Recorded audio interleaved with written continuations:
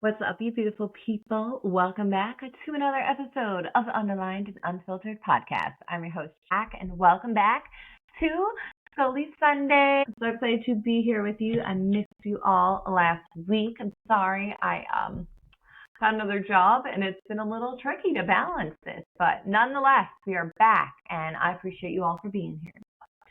Without further ado, this Scoli Sunday, we're going to be talking about my recent Xray appointment because it just validated why I avoid the doctors, and I'd like to make a public service announcement along with share my experience and just talk about how maybe we can make patients' experiences better when they go to the doctor or to get an image done. So that's today's episode, and I really can't wait to talk about it. So let's talk about it. Okay, so on April 14th, back up a little bit. So I know recently I've spoken about how I haven't gone to the doctor, so I have been making it a goal of mine to make doctor appointments. And I did. I went to see primary care, and thus they recommended new imaging because I told them about my spinal fusion and that I wanted to check the hardware and see if my curvature had increased. So we made this imaging appointment for an X-ray, and I went on April 14th, and let's talk about it. So I go to the appointment, and I get to the imaging place, and they are pretty much, they call you in, and I walk in, and they're like, what are you here for? So I tell them, and I'm really proud because if this was a couple years ago, 4 or 5 years ago, 6, 7 years ago, I didn't have the knowledge I have now about scoliosis, about spinal fusion, everything that I've been learning, right? And so I took the time to kind of rehearse, okay, making sure I had things in order to advocate for myself and to tell them why I was there. And I took a lot of pride in just knowing these things and being able to express my needs, why I'm there with confidence for probably the first time because, before this, I really didn't know a lot about my scoliosis or spinal fusion. And I really don't think, so we'll just stop there. So I was really feeling really prideful about this. So I go in, and there's two people. There's the assistant, the person who kind of gets you all set up for the exam, making sure you're positioned correctly for the imaging to take place. And then there's the X-ray technician, who's the one who actually takes the X-rays of the images. So we got two people here, and we're going to name them Bob and Michaela. Bob and Michaela. So Bob's the assistant, Michaela's the technician, right? And they're both like, well, why are you here today? What brings you in? And I'm like, oh, thank you so much for asking. I'm ready to tell you. So I'm like, well, I'm here for my post-spinal fusion imaging. I have scoliosis. My spinal fusion was almost 10 years ago. I just haven't had new imaging in a while, and I'd really like to, make sure everything looks good back there and see if my curvature, my residual lumbar curvature, has increased since having my surgery done. Just want to make sure everything looks A-okay, right? And they're like, okay, great. I'm like, yeah, great. So I got everything ready. I'm very prepared for this appointment, okay? I don't have metal on. I'm just ready to go. And the X-ray assistant, Bob, comes over to start getting me ready. He's like, okay, so we got to get positioned for the X-ray. I'm like, yep, absolutely. Let's go. I'm ready for this bullshit. So we start adjusting, and right away, I just feel you just know. There's no way to explain this. You just know. I could already tell, the way that they started to position me, they weren't happy with it, right? It wasn't looking a certain way that they needed for the image because, hello, scoliosis. But we'll let this keep going. So he positions me, great. They go take the first image. Comes back, okay, we got to move this way. And again, starts to touch my torso, starts to touch my shoulders, tries to make me kind of go in ways that I kind of can't go in because I have a spinal fusion surgery and scoliosis, like I told them. But nonetheless, they keep trying. Bob is determined now. Bob's like, I'm going to make this little crooked bit straight. Okay? So he keeps going. And now I'm starting to get like frustrated, of course, internally. I'm just like, what the fuck do I do? Like, this is so annoying. Like, I'm going to have to say something because, like, if you have a spinal fusion, you know that if you're like forced or moved or even just a little bit of pressure, it can make your fusion feel off and weird. And then like that's kind of what was happening now repetitively because they're not enjoying like the imaging and what's being done. And now I'm like feeling so uncomfortable and like there's something wrong with me, right? The thing that we never want to feel. But nonetheless, that's how I start to feel. And whatever, we adjust again, he goes back for imaging. Comes back, and this is kind of where I lost my cool. I don't think I really lost my cool, but it definitely came off like I was like done. He was like, so we were going a different way. So usually sometimes you face the front, and when you need to face the side, they have a bar that you can like hold on to that bar. And that's what I was doing. And like he still was trying to move me. And I straight up said, I was like, it's not, because he said it first. Bob was like, I'm just trying to make sure you're straight. In my head, I'm like, honey, I've never been straight, okay? I'm queer, my spine's queer. Like, everything about me is curvy and twisted, okay? Pick up. Excuse me. But everything about me is curvy, right? And this fucking Bob is just like trying to make sure you're straight. And I look at Bob, and poor Bob. I'm just like, it's not going to be straight. I told you I'm here for scoliosis and a spinal fusion. This is as straight as it's going to get. That's all I got for you, Bob. Like, could you just take the imaging? My body doesn't move this way. And I was like, after it came out of my mouth, I was like, damn, Max. But also, I felt like really proud of myself because it's just like, I told you I was there. And even if you don't know what those things are or what they mean, as someone who used to work in the medical field, a quick Google search does wonders so you can connect with your patient. You know, we're not all going to be going through the same thing. Not every person that you meet is going to have a spinal fusion or scoliosis or know someone with them.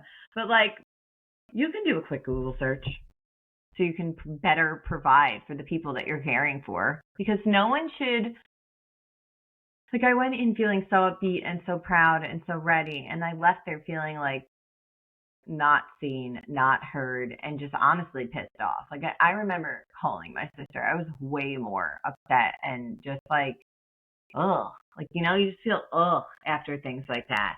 And it just gets even better because after the imaging is done and complete and like they've stopped, like, I don't even think they stopped adjusting. Like, the whole experience was terrible. But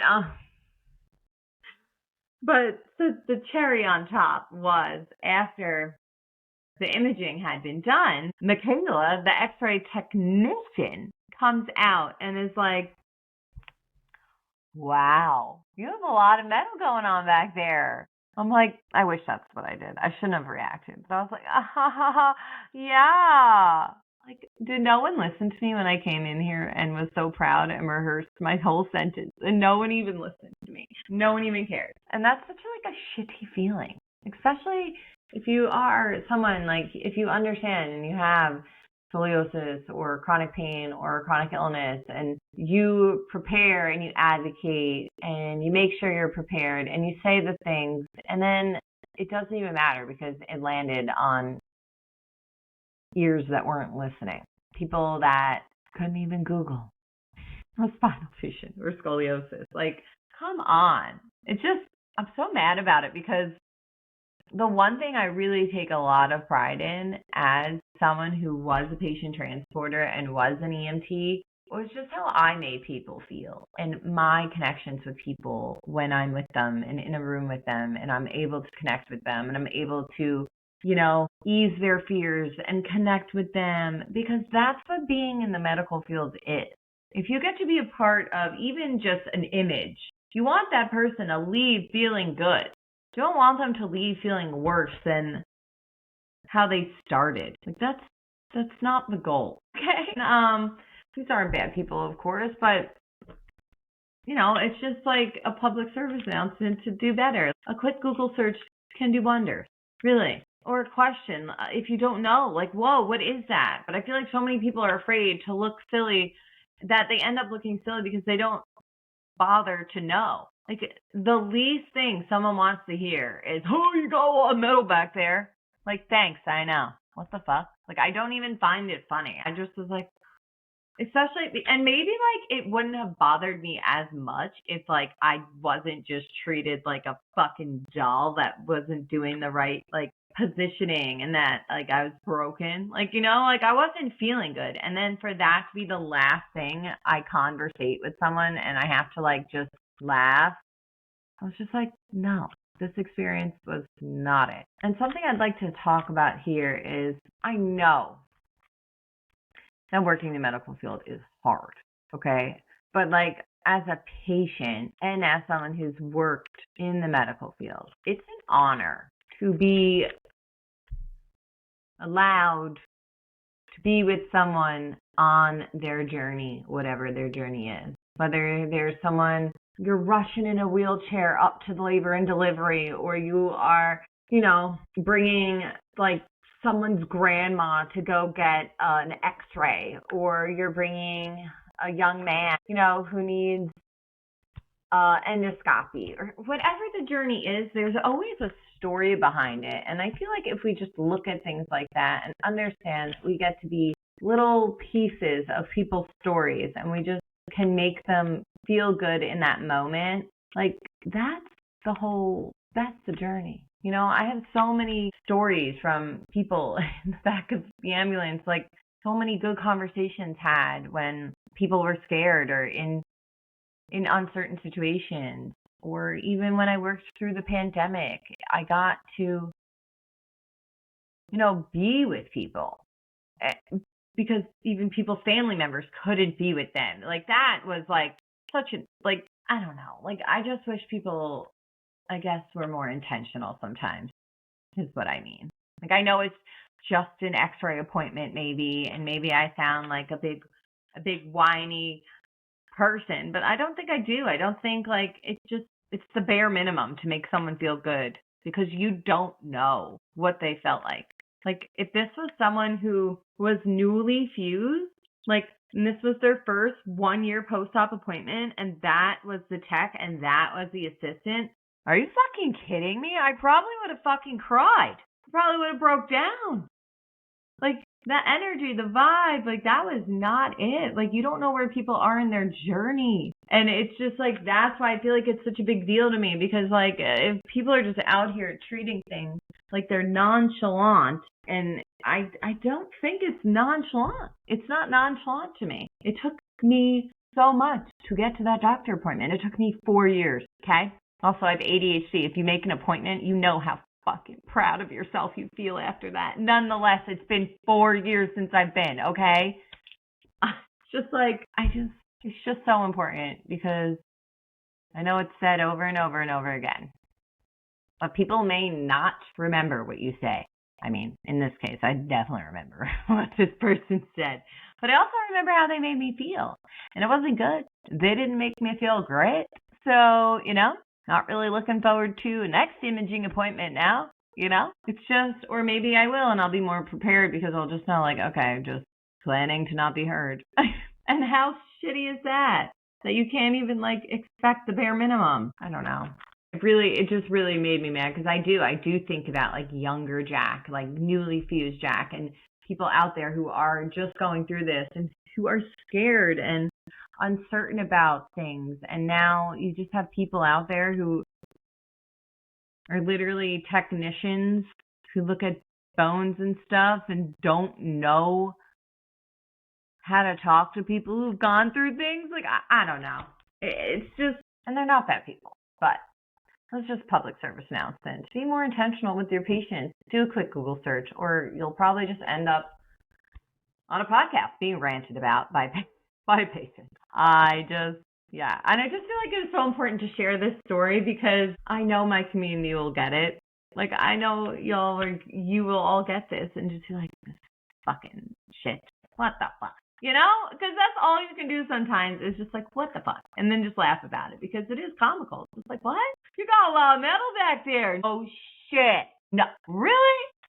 When the fuck did that get there? Tell me. I had no idea. Is that what a spinal fusion is? Wow. Good stuff.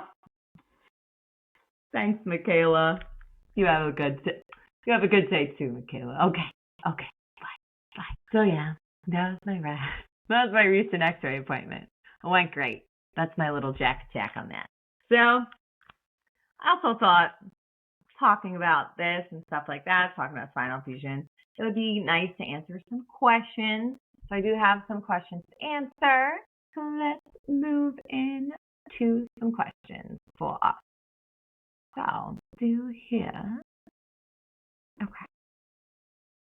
So first question, these are all fusion questions. But actually, this first question is really cool because it goes with our episode theme today, which is talking about x-rays. And this question is, how often do you have to get x-rays post-fusion? So one, great question. Thank you for this question. Pretty much for me, I had my imaging done. I know I at least had imaging done directly after surgery. That memory's hazy. So definitely like a couple of times in the hospital before they release you. Right after I got released, I think I saw them. After I got my drains removed, I think like I went to get another x-ray at 1 month post-op. Then I think we did monthly until 6 months. Then we got to 6 months and I was going to school. I was moving to Minnesota for school, and we then decided I would do imaging after I got back to New York. So that was, my next imaging was the once at 6 months before I left, and then again in June, and then again at my 1 year in September. So quite a bit. I feel like they keep a really good eye on you that first year of recovery. You're getting imaging quite a bit to make sure the fusion is holding, make sure everything's looking good. And then they kind of let up on it. I personally, me and my surgeon discussed every year, and then every other year, and then like as I felt needed. So my last imaging before this x-ray appointment was it was 4 years ago. Yeah, I said that. It was 4 years ago. Well, yeah, it took me a while. It's been a while because I also tried to like call my surgeon for it, and it was just a pain in the ass because of the front desk people. God, I have so many things I could complain. Sometimes the medical field makes me mad as a patient. Like, it just shouldn't be so hard.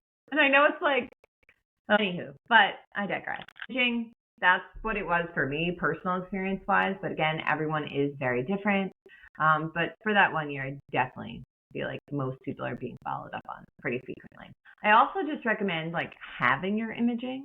Like right now, I don't have my image, but I'm going to request the newest one so that I can bring it to a doctor I want to work with, and I feel like just having them on file is just nice. Like you're able to, like personally, I like having mine because I have, like, I don't know, I feel like I like to read the report, and they're just nice to have. I definitely recommend like getting the physical copies if you can with your imaging. Next question is, does the metal ever need to be removed? I'm going to answer this from what I know, but I'd love to hear if anyone has any more further input, or maybe also had this done. I would love to hear from someone who's had this done. I currently still have my equipment, but I will say, not a medical professional, again, personal experience, personal knowledge, but I would say most commonly, no. Most commonly, metal, your equipment, it's not going to be removed. It's supposed to be your best friend for life. That's from what I understand. The only times that your equipment may be removed, trigger warning, is, let's say if they're noticing that the fusion isn't sticking, that it's failing, and that you would be better off without the equipment, is sometimes where they would go in and remove it. Possibly could be that a screw or something is causing pain to your spine, and that's why we need to remove or adjust equipment. But from my knowledge, most people are going to have their equipment with them for life. I have no plans of getting mine removed personally, in case anyone was curious. So knock on wood. That's actually like a big fear of mine. Just share it while I'm on here. But that is a fear that I had, so I hope not. But, you know, everybody's different. All of our journeys are different, and some of us require these things. So we just take it day by day.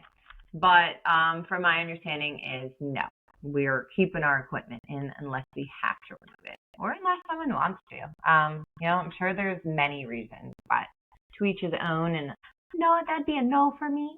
So, okay. This next question, I really enjoyed seeing this question on here. Can you feel weather changes in your spine? Yes. Okay. It's called the bionic superpower of weather. No, but really, I love this. I can definitely tell when it's going to rain. I can definitely tell if it's going to be, and I definitely hate being cold with my spine. It's not for me. I absolutely don't like it.